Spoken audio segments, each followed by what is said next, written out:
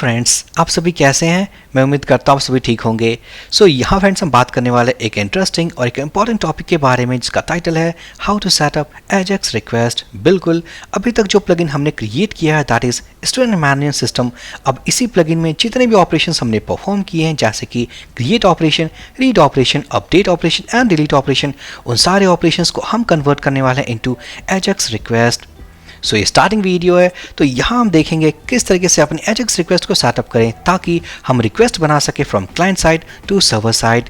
उससे पहले मेरी छोटी सी रिक्वेस्ट है, अगर आप इस चैनल पे नए हो, सब्सक्राइब नहीं किया है, फटाफट चैनल को सब्सक्राइब कर दीजिए। आपके सब्सक्राइब करने से मुझे प्यार और चैनल को सपोर्ट मिलता है। तो यहाँ फ्रेंड्स, अगर आपको याद हो तो हमने इसी प्लेलिस्ट में दो प्लगइन क्रिएट किया था। एक फर्स्ट है हमारी employ management system and second student management system. अब यहाँ इस प्लगइन में जो फॉर्म्स हमने क्रिएट किए थे उनको सबमिट किया था using action URL and PHP object oriented code. Code तो हमारा वही होने वाला है, बट जो फॉर्म रिक्वेस्ट को जो सबमिट करने का था हम यहाँ चेंज करने वाले हैं। अब यहाँ यूज़ करेंगे हम एजेक्स रिक्वेस्ट ताकि उस रिक्वेस्ट को यूज़ करके हम डेटा को सेव कर पाएँ, डेटा को लिस्ट कर पाए। यहाँ जो हमारे पास एक्शन बटन होने वाले हैं जैसे कि अपडेट, व्यू एंड डिलीट, उन सभी ऑपरेशंस को हम देखने वाले हैं यूजिंग एजेक्स रिक्वेस्ट। तो यहाँ पर जबकि हमारा ये फर्स्ट वीडियो है तो यहाँ हम देखने वाले हैं कि एजेक्स रिक्वेस्ट को किस तरीके से एप्लीकेशन के अंदर सेट करें ताकि आगे आने वाली वीडियोस में जहाँ हम देखने वाले हैं create operation, read operation, update operation and delete operation, उन सभी ऑपरेशंस को हम परफॉर्म कर सकें। चलते हैं एडिटर में, हम जाएंगे अपने WP कंटेंट फोल्डर के अंदर, प्लगइन्स फोल्डर के अंदर, ओपन करेंगे स्टूडेंट मैनेजमेंट सिस्टम और यहाँ से सबसे पहले हम जाने वाले हैं पेजेस फोल्डर के अंदर और हम ओपन करेंगे add-student.php। तो यहाँ इस फॉर्म में हम देख पाएंगे हमारे पास कुछ एक्शन यूआरएल्स है। तो फर्स्ट हम इसे रिमूव करेंगे, हम यहाँ से इसे रिमूव कर देते हैं। एक और बात, अगर आपके पास इस प्लगइन का सोर्स कोड नहीं है तो इसी वीडियो के डिस्क्रिप्शन में आपको गिटहब रिपॉजिटरी का लिंक मिलने वाला है, आप वहीं से इस पूरे सोर्स कोड को डाउनलोड कर सकते हैं। तो सिंपल, हमने क्या किया, इस फॉर्म टैग से हमने एक्शन एट्रीब्यूट को रिमूव कर दिया है। अब हम उसे ऐड करते हैं वापस से और यहाँ पर इस बार यूआरएल के प्लेस पे मैं पास करने वाला हूँ एक वॉइड लिंक और साथ ही साथ हम देने वाले हैं एक और attribute that is IT। So it will be FRM SMS form. अब यहाँ इस फॉर्म से हम करने वाले हैं अपने ऐड ऑपरेशन, साथ ही साथ एडिट ऑपरेशन। तो यहाँ मैंने क्या किया, यहाँ से वो यूआरएल हमने रिमूव कर दिया है, साथ ही साथ हमने स्पेसिफाई किया है एक IT एट्रीब्यूट। अब यहाँ हम नेक्स्ट क्या करने वाले हैं, तो मैं सिंपल स्क्रॉल करता हूँ। स्क्रॉल करने के बाद हम चलते हैं बटन की तरफ जहाँ हमने बटन को क्रिएट किया था। अब इस बटन के अंदर हम एक IT एट्रीब्यूट को ऐड करेंगे, सो btn_sms_form। तो सक्सेसफुली जो हमारी एग्जिस्टिंग फॉर्म थी उस फॉर्म के अंदर हमने कुछ चेंजेस किए हैं, जैसे कि फर्स्ट हमने एक्शन यूआरएल रिमूव कर दिया, साथ ही साथ हमारे पास एक IT एट्रीब्यूट है एंड नेक्स्ट हमारे पास जो बटन था दैट इज सबमिट बटन, उसमें हमने ऐड किया एक IT एट्रीब्यूट। अब हम जाएंगे अपने एक फाइल में जो हमने क्रिएट किया था एसेट्स के अंदर, JS फोल्डर के अंदर script.js। अब हम क्या करने वाले हैं, इस बटन की IT के बेसिस पे हम अटैच करने वाले हैं क्लिक इवेंट फंक्शन और उसी फंक्शन के अंदर हम कॉल करेंगे एजेक्स रिक्वेस्ट। तो सिंपल इस ID को कॉपी कर लेते हैं, चलते हैं script.js में और यहाँ पर होने वाला है फॉर्म सबमिट कोड। सो jQuery हम यूज़ करने वाले हैं IT, देन ऑन क्लिक और इसके बाद हम यूज़ करेंगे कॉल बैक फंक्शन, जिस फंक्शन के अंदर हम इसे हैंडल करने वाले हैं। और उससे पहले अगर इसके सारे डिफ़ॉल्ट बिहेवियर को मैं अगर डिसेबल कर दूं, सो इवेंट डॉट प्रिवेंट डिफ़ॉल्ट और यहाँ फ्रेंड्स देन हम यूज़ करने वाले हैं एजेक्स रिक्वेस्ट। सो एजेक्स रिक्वेस्ट को इनिशिएट करने के हमारे पास काफ़ी सारे मेथड्स हैं, जैसे कि Ajax method, get method, post method, but यहाँ मैं प्रीफर करने वाला हूँ all about Ajax method. So jQuery dot Ajax और इसके अंदर हम पास करेंगे एक ऑब्जेक्ट। इस ऑब्जेक्ट के अंदर होने वाला है properties. So first property that is URL। अब यहाँ पास करना है एक URL, देन हमारे पास होने वाला है एक डेटा, देन हम देखने वाले हैं मेथड,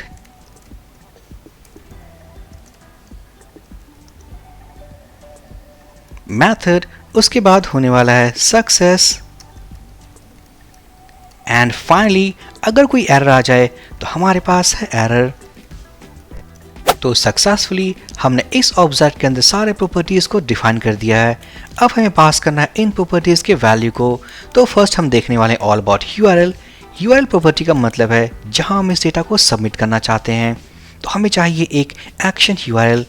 तो उसके लिए हम जाएंगे अपने क्लास फाइल के अंदर, तो क्लास फोल्डर studentmanagement.php।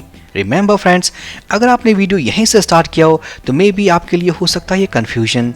इसलिए मैं कहता हूँ अगर आपको सीखना है वर्डप्रेस के प्लगइन डेवलपमेंट बिल्कुल स्क्रैच से, बिल्कुल सही तरीके से, बिगिनर्स से लेकर एडवांस लेवल तक, तो इस प्लेलिस्ट के हर वीडियो को देखें ताकि ये जो कॉन्सेप्ट जो हम देख रहे हैं ये आपको सही से समझ आए। तो यहाँ फ्रेंड्स हम देख सकते हैं हमारे इस क्लास में एक मेथड जाती है ऐड स्टूडेंट प्लगइन फाइल्स। यहाँ पर हमने यूज़ किया है वर्डप्रेस के functions to attach CSS files and JavaScript files. तो अब हमें क्या करना है, इस URL के वैल्यू के लिए हम जाएंगे अपने इसी मेथड के अंदर और यहाँ यूज़ करने वाले एक और WordPress function that is WP add inline script। और यहाँ पर सबसे पहले हम पास करेंगे हैंडल ID। तो हम इसे ही कॉपी कर लेते हैं, जैसे कि script.js जहाँ हमने कोड को लिखा हुआ है script.js, हम इसे यहाँ पास कर देंगे। नेक्स्ट पास करना है एक वैल्यू, इसका मतलब डेटा। तो सिंपल हम उसे क्रिएट कर लेते हैं। तो data equals to where SMS student manager system underscore plugin ajax URL, या कह ले simple ajax URL equals to single quotes.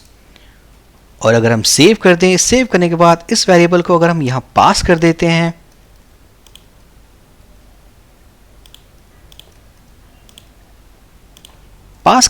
तो पास करने के बाद अगर हम चले फर्स्ट ब्राउज़र पे, उससे पहले अगर हम इसे कमेंट कर दें for the time being, save करने के बाद चलेंगे ब्राउज़र पे और इसे हम कॉपी कर लेते हैं, रीलोड करेंगे। So control U to get the source code और simple right click view page source.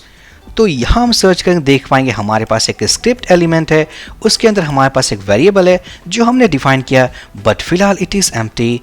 अब हम क्या करने वाले, इसके अंदर हम पास करेंगे एक एजेक्स URL, जिस URL को हम यूज़ करेंगे अपने एजेक्स रिक्वेस्ट को कंप्लीट करने के लिए। तो सिंपल हमें चाहिए एक URL वैल्यू। चलते हैं एडिटर पे और यहाँ पर मैं यूज़ करने वाला हूँ एक WordPress function that is admin URL।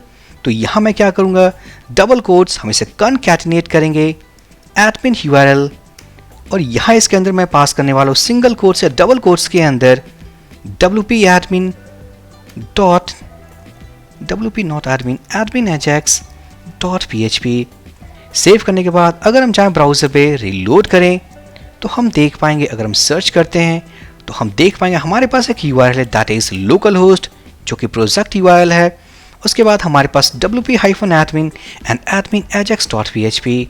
सो इसी URL को यूज़ करके हम रिक्वेस्ट करने वाले हैं अपने सर्वर को यूजिंग ajax मेथड्स। हम जाएंगे नेक्स्ट एडिटर पे और यहाँ पर इस वेरिएबल को कॉपी कर लेते हैं। कॉपी करने के बाद जाएंगे script.js, हम फिलहाल इसे अनकमेंट करते हैं जो हमने कमेंट किया था। अब यहाँ पर इस URL के प्लेस पे मैं पास करने वाला हूँ SMS ajax URL, क्योंकि ये वेरिएबल हमने डिफाइन किया अपने प्लगइन के अंदर। तो सिंपल हमारे पास एक URL है। नेक्स्ट हमें पास करना डेटा। डेटा कहने का मतलब है फॉर्म डेटा। तो सिंपल हम एक वेरिएबल क्रिएट कर लेते हैं, तो where form data equals to action और यहाँ मैं पास करने वाला हूँ SMS अंडरस्कोर ajax हैंडलर। उसके बाद हम कनकैटिनेट करते हैं, कुछ डमी पैरामीटर्स पास करते हैं जैसे कि एक नेम वैल्यू, साथ ही साथ एक email value.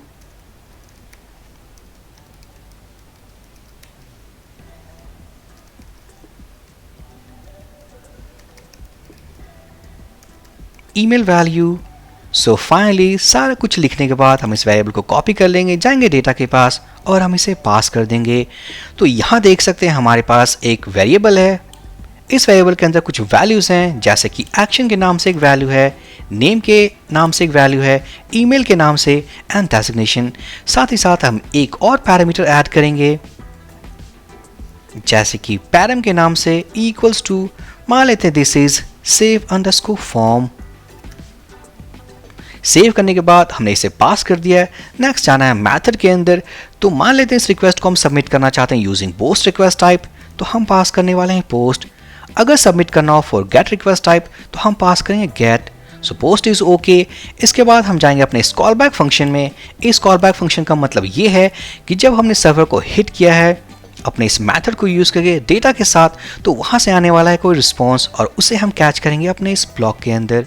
But in case हमारे पास अगर कोई भी एरर आती हो तो उस केस में हम जाने वाले हैं इस एरर ब्लॉक के अंदर।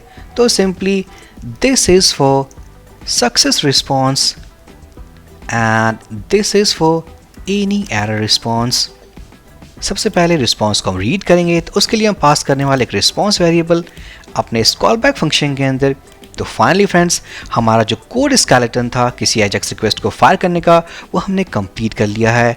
अब हम चलने वाले हैं अपने सर्वर साइड जहां पर इस रिक्वेस्ट को हैंडल करेंगे। तो हम जाने अपने क्लास के अंदर। तो यहाँ इस क्लास के अंदर हम क्या करने वाले हैं, सबसे पहले हम जाएंगे कंस्ट्रक्ट मेथड के अंदर और यहाँ पर इस प्लगइन को हम ये इंस्ट्रक्ट करने वाले हैं कि अब हम कुछ एजेक्स रिक्वेस्ट फायर करने वाले हैं और आप उसे हैंडल करो। तो सिंपल, हम चलते हैं क्लास के अंदर, जाएंगे कंस्ट्रक्ट मेथड के अंदर। तो सबसे पहले प्लगइन को हम इन्फॉर्म करते हैं। तो एड एक्शन, इसके अंदर फर्स्ट पैरामीटर हम पास करने वाले हैं wp_ajax अंडरस्कोर, हमें पास करना है एक्शन नेम। तो हम देख पाएंगे इस केस में जो एजेक्स रिक्वेस्ट हमने क्रिएट किया है, एक्शन किया है, दैट इज SMS_ajax हैंडलर। हम इस वैल्यू को कॉपी कर लेंगे। रिमेंबर, कॉपी करना है। कॉपी करने के बाद हम यहाँ जाएंगे और यहाँ इसे प्लेस कर देंगे। अब इसका मतलब है कि जब हमने एजेक्स रिक्वेस्ट को फायर किया, इस प्लगइन को ये इन्फॉर्म हमने कर दिया है कि अगर इस एक्शन के बेसिस पे कोई एजेक्स रिक्वेस्ट फायर हो तो सिंपल कैच करना है। कैच करने के बाद उसे हैंडल करना है। अब इसे हैंडल करने के लिए हम एक कॉल बैक फंक्शन को डिफाइन करने वाले हैं। सो एरे दिस कीवर्ड और यहाँ होने वाला है SMS_ajax हैंडलर। हम इस मेथड नेम को कॉपी कर लेंगे। कॉपी करने के बाद इसको कॉल करते हैं और यहीं पे एक ब्लॉक ऑफ कोड हम डिफाइन करने वाले हैं। So multi line comments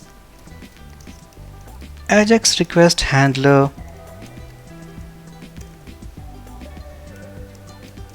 ends, और इसी बीच में हम क्या करेंगे, पब्लिक फंक्शन और math name call SMS_ajax handler. अब क्या करना है, जैसे हमने इस एजेक्स रिक्वेस्ट को सबमिट किया अपने इन पैरामीटर्स के साथ, तो एक्शन के बेसिस पे, रिमेंबर एक्शन के बेसिस पे ये मेथड कॉल होने वाला है। तो यहाँ पर जब भी आप एजेक्स रिक्वेस्ट फायर करें तो हम एक पैरामीटर जो कि मान लेते हैं कीवर्ड है जो हमें प्लेस करना है, दैट इज एक्शन के नेम से, क्योंकि इस वैल्यू को हम यूज करने वाले हैं विथ wp_ajax। चलते हैं अपने इस मेथड के अंदर।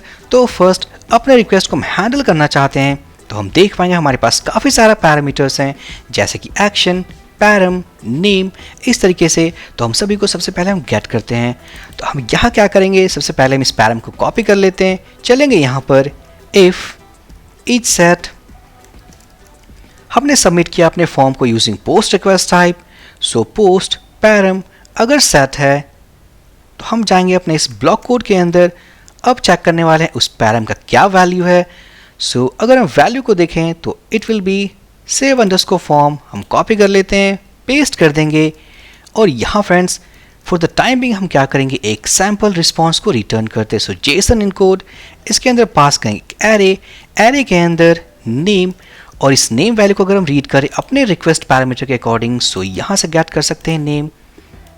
तो हम इसे कॉपी कर लेते हैं, यहाँ पास कर देते हैं, इट इज़ नेम। नेक्स्ट हमारे पास जो वैल्यू है दैट इज ईमेल, और I think finally designation copy कर लेते हैं, पेस्ट कर देंगे तो डेजिग्नेशन। एंड फाइनली ये जो हैंडलर मेथड है इसके एंड में हमें ऐड करना है wp_die। ये एक डाई फंक्शन है वर्डप्रेस का, जैसे हम PHP में यूज़ करते हैं डाई। सो ये एक वर्डप्रेस फंक्शन है wp_die।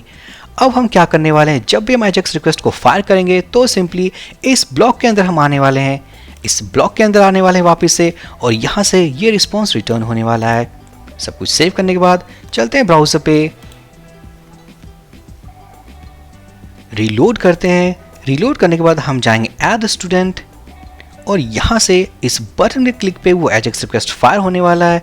तो सिंपल सबसे पहले हम इंस्पेक्ट कर लेते हैं। इंस्पेक्ट, हम जाएंगे कंसोल के अंदर, और यहाँ से अगर कुछ डमी वैल्यूज़ पास कर दिया जाए, सो नेम के अंदर एक वैल्यू, ईमेल के अंदर कोई वैल्यू, जेंडर, इसी तरीके से फ़ोन नंबर एक डमी वैल्यू। अब हम क्लिक करने वाले हैं सबमिट, जाएंगे नेटवर्क के अंदर, थोड़ा जूम आउट कर लेते हैं तो I think Ajax request fire नहीं हुई है। हम एक बार हार्ड रिलोड कर लेते हैं। So control F5, hard reload हमने कर दिया है। अब वापस से जाएंगे इस फॉर्म में, डेटा को फिल करते हैं।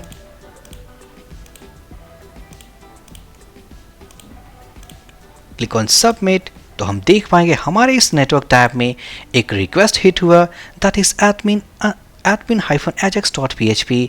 अब इस पर क्लिक करते हैं तो क्लिक करने के बाद हम जाएंगे पेलोड, जो डेटा हमने सेंड किया फ्रॉम क्लाइंट साइड, देख पाएंगे action, param, name, email and designation. अब जाते हैं प्रीव्यू के अंदर तो यहाँ हम देख पाएंगे ये जो प्रीव्यू वाला सेक्शन है, this is coming from server. तो सिंपली सर्वर से हमने क्या सेंड किया है, नेम, ईमेल एंड डेजिग्नेशन। सो यहाँ फ्रेंड्स ये स्टेप बाय स्टेप वीडियो था जहाँ हमने देखा एजेक्स रिक्वेस्ट को अगर अटैच करना हो अपने प्लगइन फंक्शंस के साथ तो किस तरीके से हम उसे कर सकते हैं। सो यहाँ पर वीडियो क्लोज करने के पहले एक बार फिर से रिवाइज कर लेते हैं। तो फर्स्ट हम गए अपने skip.js फाइल के अंदर, कोई बटन ले लेते हैं, उसके क्लिक पे हमने कॉल बैक फंक्शन को बाइंड किया है। बाइंड करने के बाद डेटा को प्रिपेयर किया है, जो मोस्ट इंपॉर्टेंट पैरामीटर है हमारे इस लिस्ट में, दैट इज एक्शन। उसके बाद सिंपल जैसे हम जावास्क्रिप्ट में ये jQuery में जैसे फायर करते हैं हमने उसी तरीके से फायर किया है, सारे पैरामीटर्स को एज इट इज सेट किया है। और यहाँ पर इस एक्शन वैल्यू के अकॉर्डिंग अपने कोड के अंदर हमने एक एक्शन हुक ऐड किया है, दैट इज wp_ajax_action नेम। उसके बाद हमारे पास एक कॉल बैक मैथड है जहां हमने उस रिक्वेस्ट को हैंडल किया है।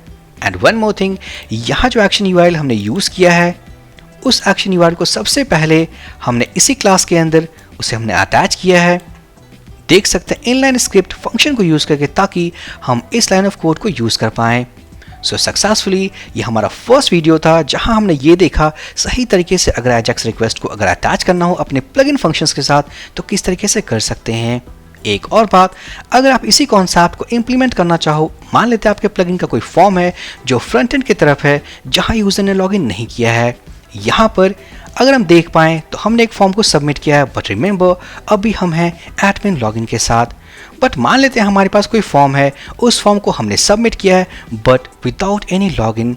तो उस केस में अगर हम चाहें कि इस फॉर्म के डेटा को सबमिट कर पाएँ without any login Ajax request को यूज़ करके, तो ये कॉन्सेप्ट काम नहीं करने वाला। उस केस में इस एक्शन को किस तरीके से हैंडल करते हैं, इसी प्लेलिस्ट में हम उस टॉपिक को भी डिस्कस करेंगे। फॉर द टाइम बिंग ये कंप्लीट कॉन्सेप्ट था जहां हमने देखा how to add an AJAX request inside plugin functions. So friends, I hope ये वीडियो काफ़ी इन्फॉर्मेटिव था। सो प्लीज़ लाइक कर दे, कमेंट कर दे, चैनल को सब्सक्राइब कर दे। हम मिलते हैं अपने नेक्स्ट वीडियो में। So for this video session guys, thank you for watching and have a great day.